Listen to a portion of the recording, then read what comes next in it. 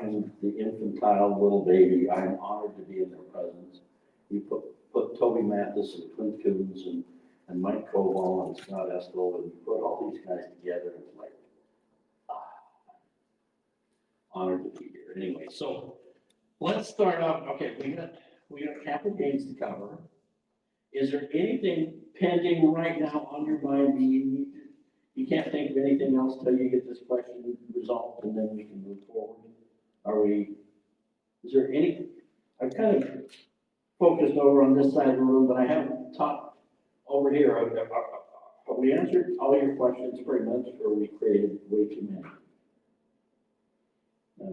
Okay, let's go on to capital gains then. If I can find my clicky thing, let's move on. Okay. Capital gains, toll roads and free roads.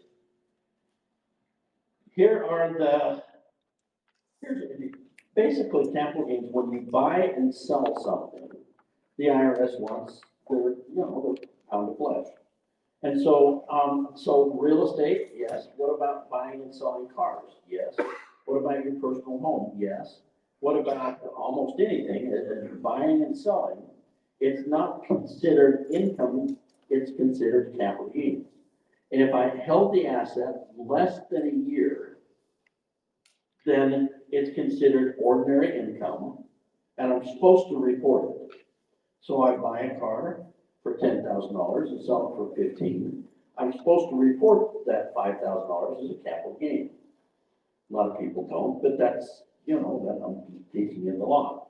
If I've held it for longer than a year, then I have capital gains rates, and those are the rates from 0 to 15 to 20 to 23.8, depending on where you are. And there's different rate categories, and this is a different rate schedule than what you'll find your income taxes. Capital gains are generally much lower than ordinary income. So we want to apply for capital gains rates if it applies. And then short-term capital gains rates, whatever your ordinary, whatever your tax bracket is, from 0 up to 37%. And then most states charge an additional capital gains tax. I'll show you that in a minute. Okay, those are the toll roads. Let's play a game. Oh, I didn't get the right slide in there. Oh, sorry. Let's go back. I didn't put the right slides in. Click. Okay. Let's suppose you took a dollar bill.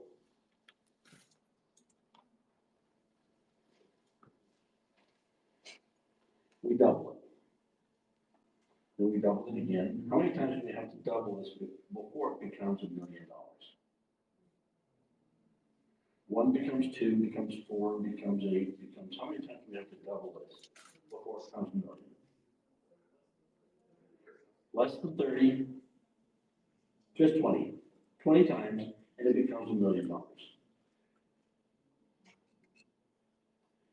Is it possible in a lifetime of trading, stock market, real estate, whatever you do, you buy and sell, buy and sell, and buy and sell, could you double your money 20 times? Okay? Yeah. But that's without paying any capital gains taxes.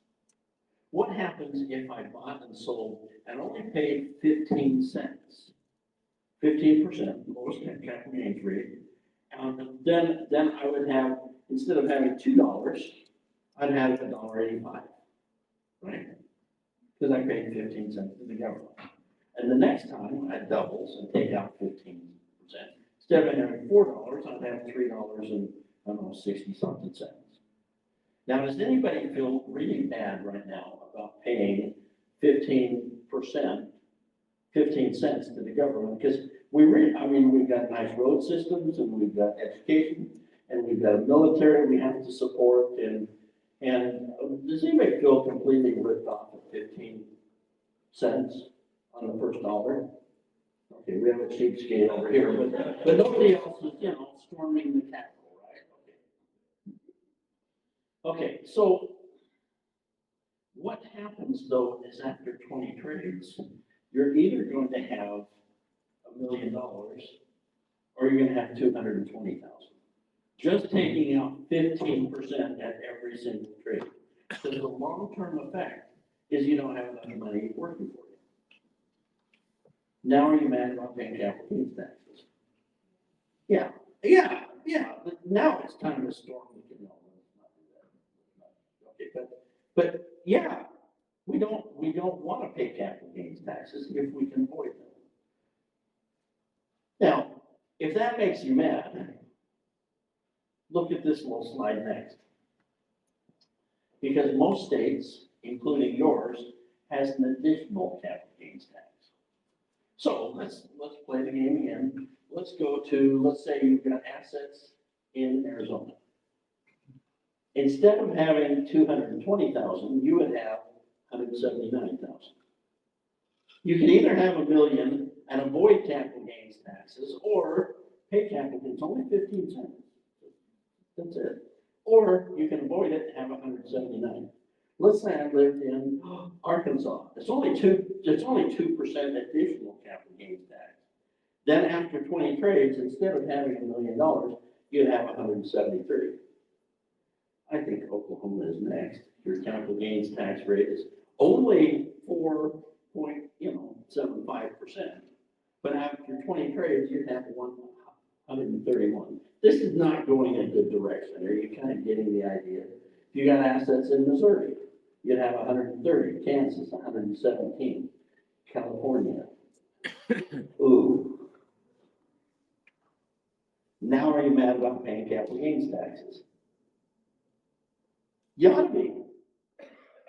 And we ought to, other than storming their capital, maybe we ought to learn to use tools to avoid capital gains taxes and learn to use some of the free roads that are out there. So here are when we teach a summit, here are the free roads that we generally teach. Not every summit's going to cover every one of them, but most of the time, here's what we're going to cover. So qualified retirement plans. I told you that was the #1 tax tool in America to use, because you're putting this in a tax-free environment and it grows and grows and grows, and you don't pay capital gains on the growth. Whoa, that's pretty cool. But a lot of you aren't using your IRAs, again, because I can only put $7,000 or $8,000 in, it's not worth my time. But we've got to learn to partner on real estate deals or start to use them. If you've got a 401k, I can't self-direct that because it's with the company and they choose the investments. Once I leave them, I can self-direct it. If you have a company that you've left, you've got a 401k, it's still sitting there, you can roll that over to a self-directed account. And you can, how many of you are buying real estate in IRA accounts? Anyone? Okay. Wow. Okay. There's a lot of money being made in retirement accounts because it's capital gains. There's no capital gains inside of it. That's cool. And if it was a Roth, then there's no income taxes at the end. If I could start to grow some of my wealth, maybe partner on the next real estate deal, and I don't have a lot in my own retirement account, maybe it can partner to become a 10% partner, or a 20%, or a 50%, or until I can start buying a host. I've owned multiple properties in my IRAs. There's no capital gains taxes. That's okay. Now, what questions do you want me to go through these individually, or how many of you use 1031 exchange? Okay, tell me what a 1031 exchange is. How does that work?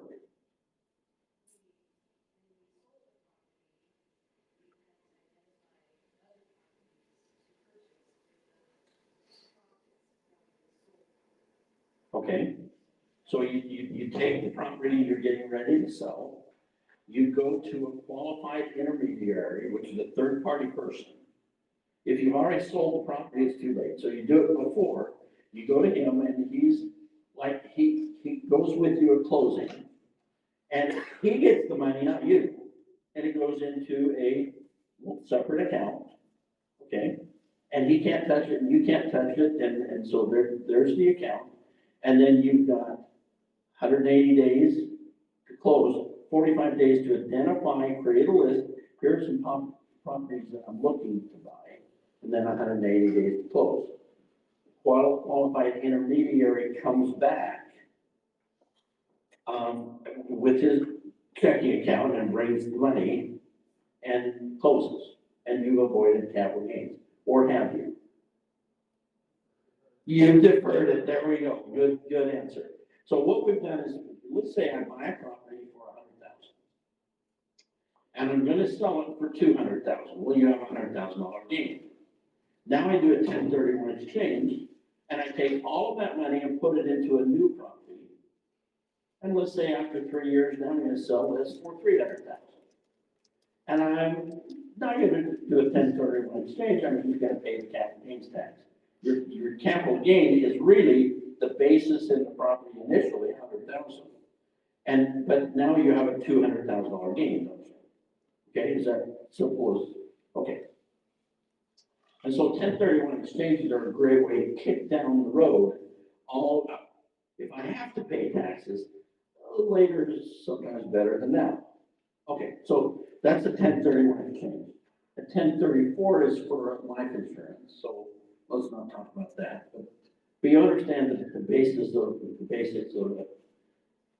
Now, what happens when I've done 1031, 1031, 1031, 1031, and now I'm ready to retire?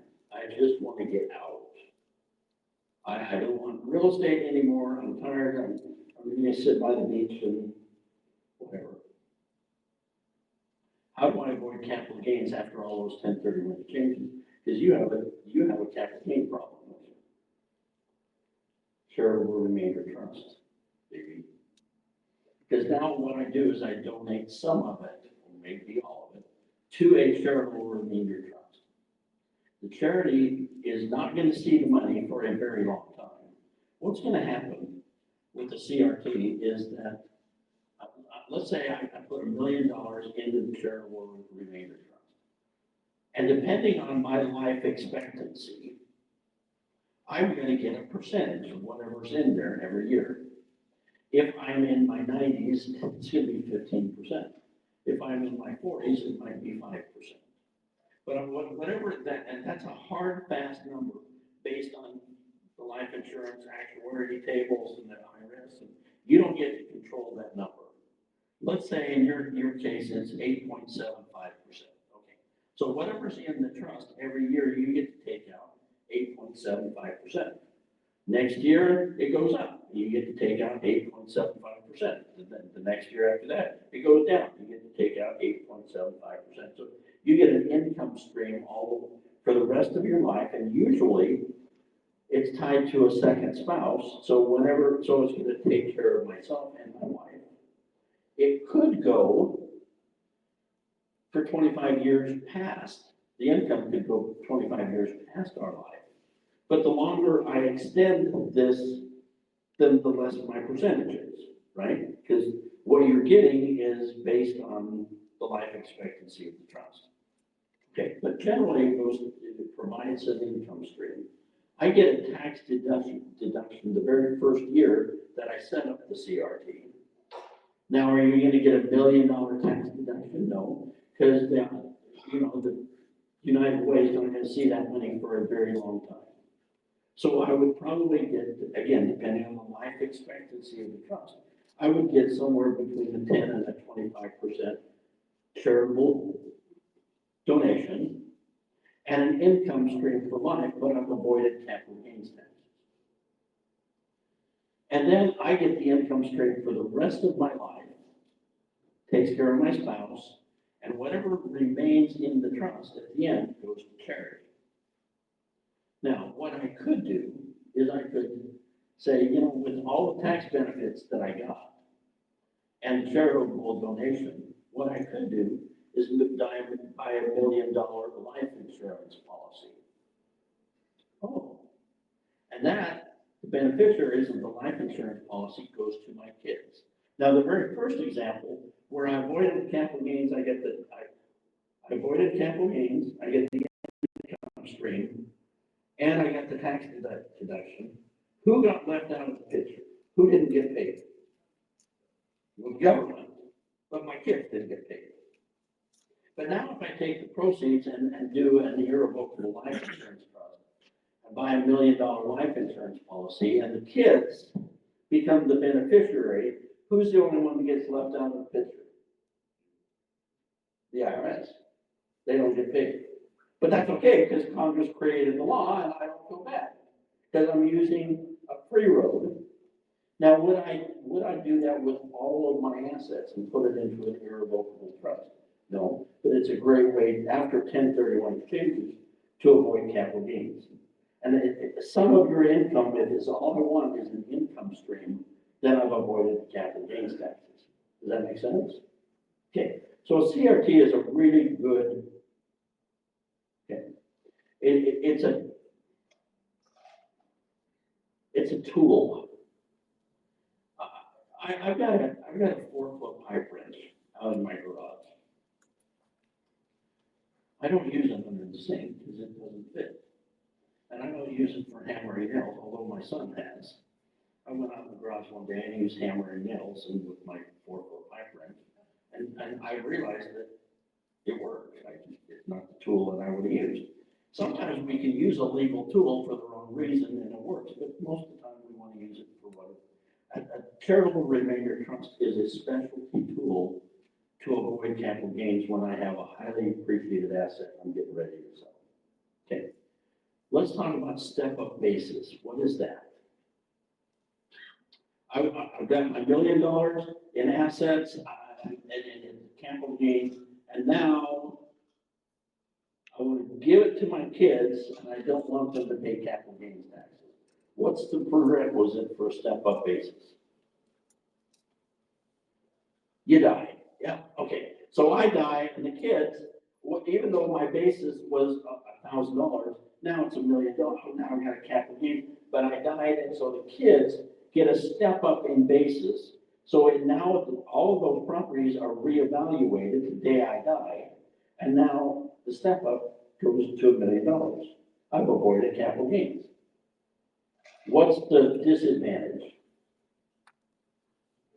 You gotta die. Yeah, okay.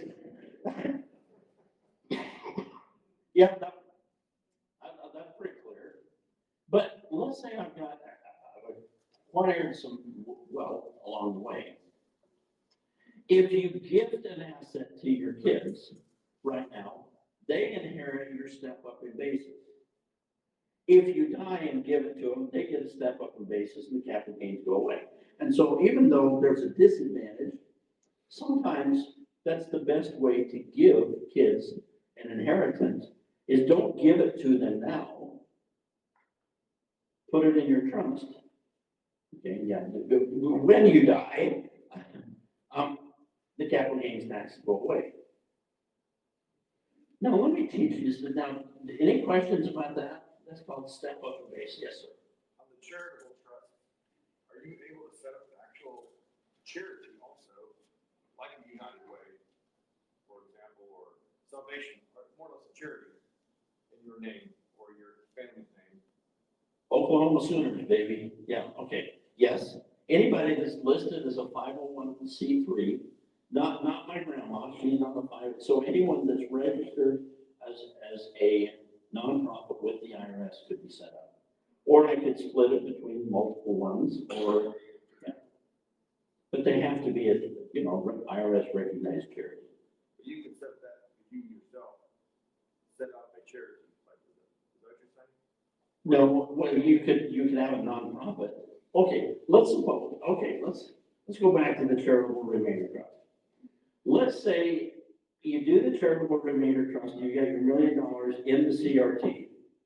You've sold all your real estate, now you get $1 million worth of cash and stocks and bonds and other that kind of stuff. And now you come along and you create a family foundation. Okay? And we let the charitable remainder trust. We want the charitable beneficiary to be a family foundation. Because after all, charity begins at home. Okay, so when you avoided the capital gains tax, you've got your income stream, you got your tax deduction, and someday when you die, all of that is going to go to your family foundation. Could you do that? Absolutely. Okay. And therefore, wealth continues in your home, in your family, and you've created a legacy.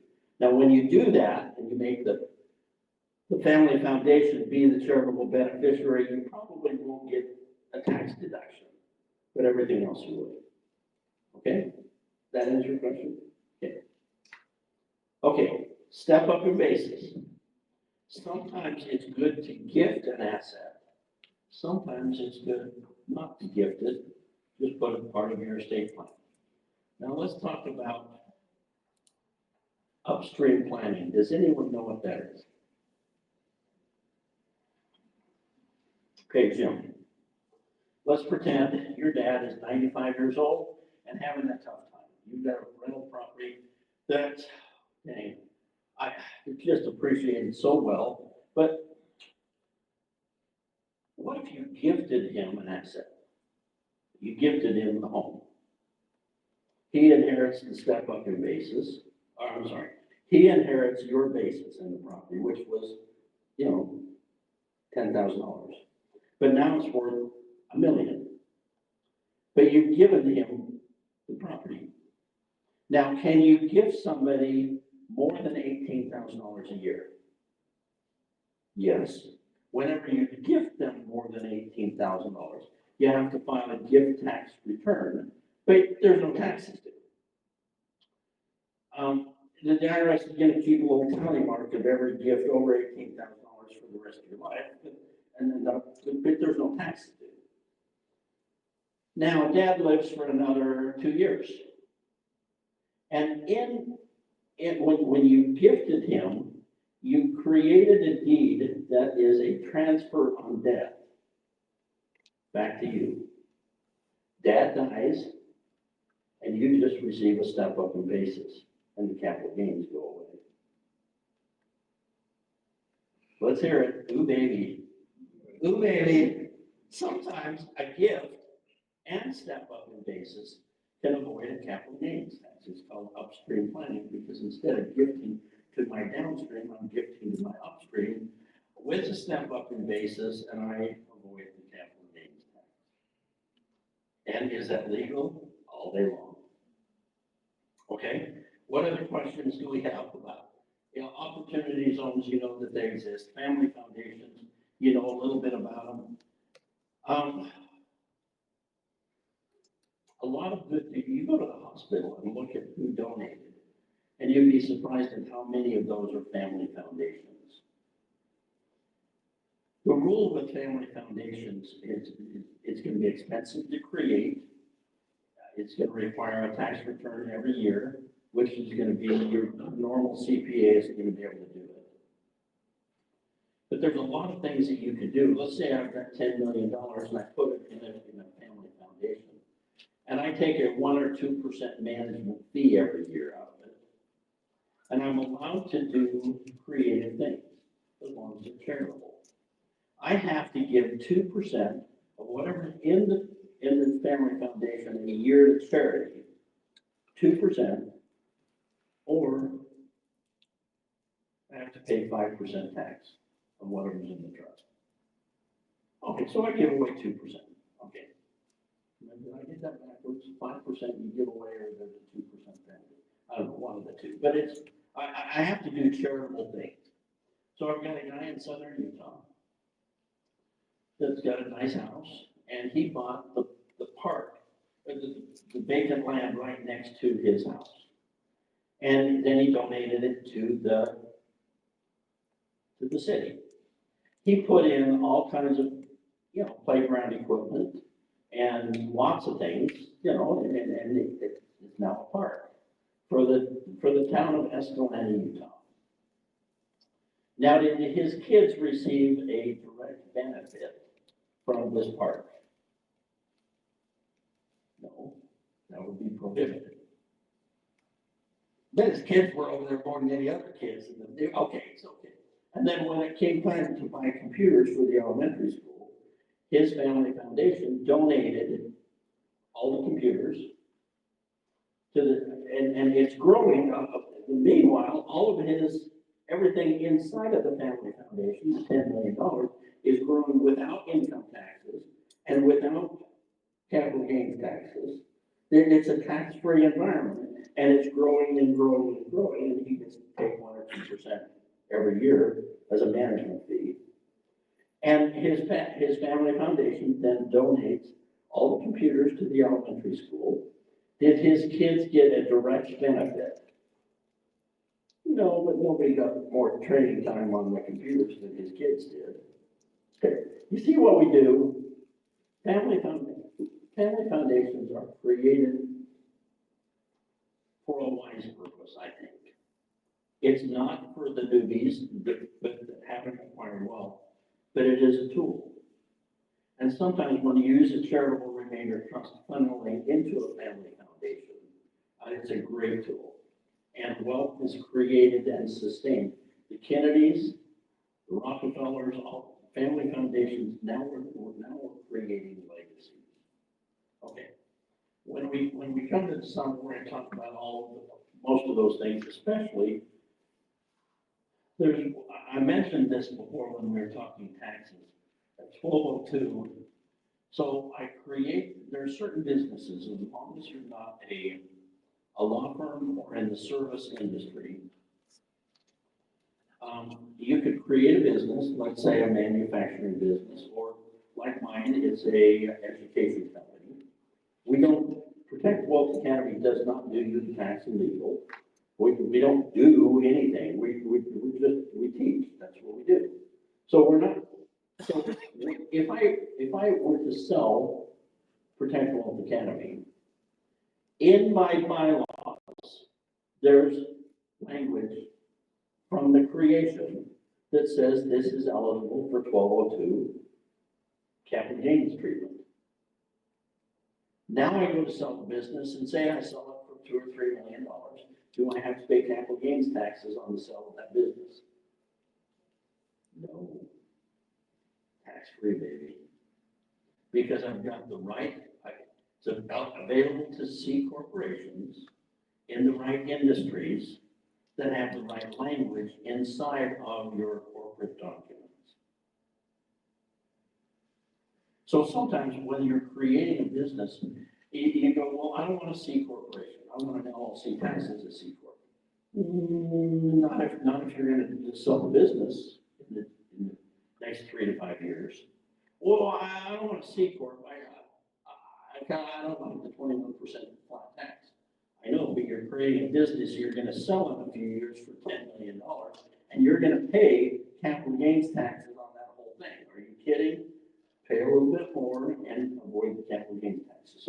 So these are all strategies that we use. My point is, not all of them will apply to what you're doing. But if it does, take advantage of the free roads. There are toll roads and there are free roads, and you get to decide. Where did I leave my clicky thing? There it is. Okay. Okay, enough of that. Click, click, click. There we go. So much. I would love to teach you. We only had an hour and 15 minutes to talk about income taxes. There's so much more that I'd love to teach you. How to create anonymity in your plan.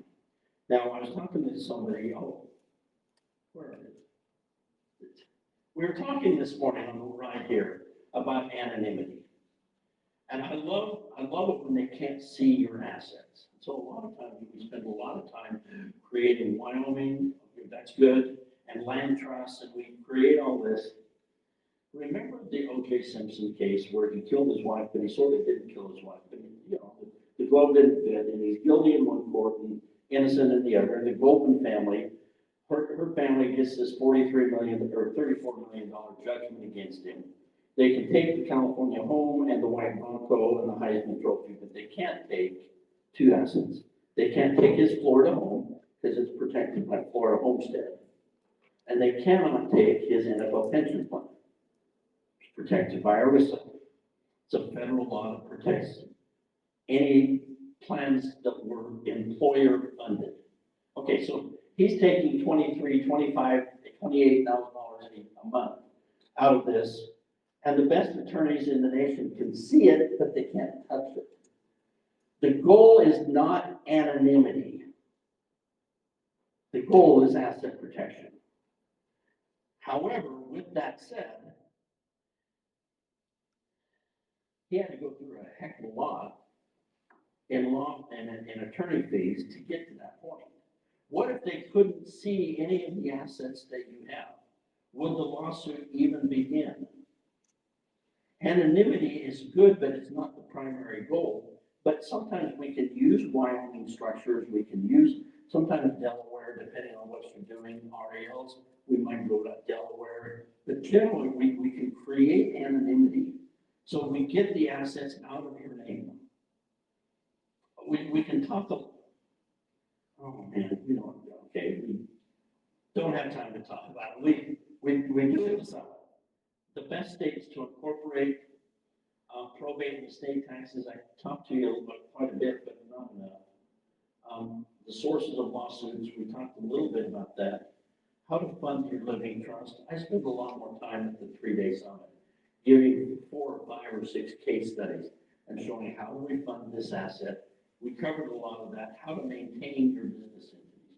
We didn't really talk about that. Your minutes and meetings and resolutions and stock certificates and everything that's required. Okay. Again, I hope you take advantage of this opportunity. I promise this will not be a self-sell.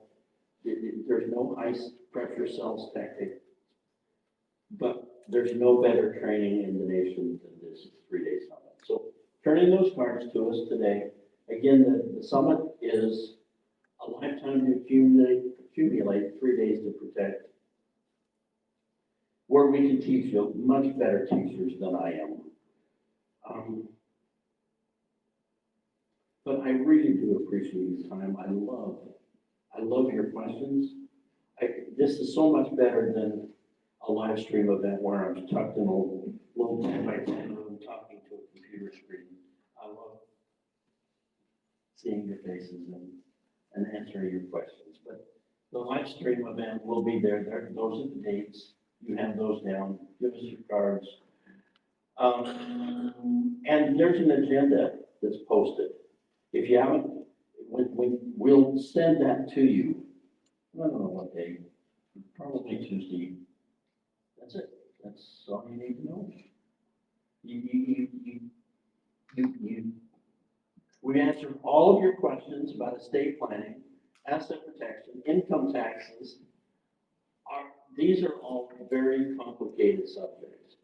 And don't kick yourself because you don't understand. This is a language we didn't teach in school. Shame on us. But now that you're business owners, you have to learn this. Remember, I told you that I got sued when I was, I don't know, young. And 4 little kids. You have to learn this. I believe that in this life or in the next, we're going to be held responsible for the blessings we've been given. I believe it is our responsibility to be wise stewards of that which we've been blessed with. And if you're blessed with a business, if you're blessed with real estate, if you're invested with blessed with good people and good mentors and good trainers, take it, do whatever you have to do. Don't overkill, but be willing to spend a little bit of money and a little bit of time to create a legacy rather than a mess. Thank you very, very much for being here. I appreciate your time on a Saturday. I appreciate it. Thank you. Do you want to answer questions, or do you want to do close for the day, or what do you want to do? Well, I know some of you have an event in the evening. You feel free to leave if you want to. I'm gonna keep Don here for a little bit so that we can hang out, take picture with him, ask him questions. Yeah, but I need to take you to airport at 5. So we still have some time. Okay, So, okay. yeah, that's good. Thank you. I mean, so right now, like, in my business, David doesn't do the work, but he know if a contractor will do it right or not. Just like this, you might not be the one that set up the structure yourself, you will have a professional do it, but you gotta learn how to do it the right way. Well, I mean, I'm looking at your list of my living trust, and I wonder if my attorney put that certificate of, trust in there. So I'm gonna review it. Good. Yes, yeah, but yeah, think little thing like that. Okay, Matthew, you've already asked 7 questions. You're on your 8th now. So I don't know, is he tapped out? Now you know, No. You had a question, I'm sorry. You're talking about the charitable trust? Yeah. And set up your family foundation? Yeah. Where you have to give 1 or 2% as a donation? Yep. Can you set up a couple of them where they're kind of transferring back and forth like that? Or is Yeah. that- I love your questions and your thinking, but no, it probably isn't applied. I don't know, so I have to ask. Thank you. can we do a group picture somewhere here on the stage before everyone leaves? Maybe you just stand right here, we just stand around you. Is that okay? I'm here to serve, whatever you want. Okay. I would rather be in the back Just than gonna stand in over. the front. Yeah, so that he will remember us on the home message.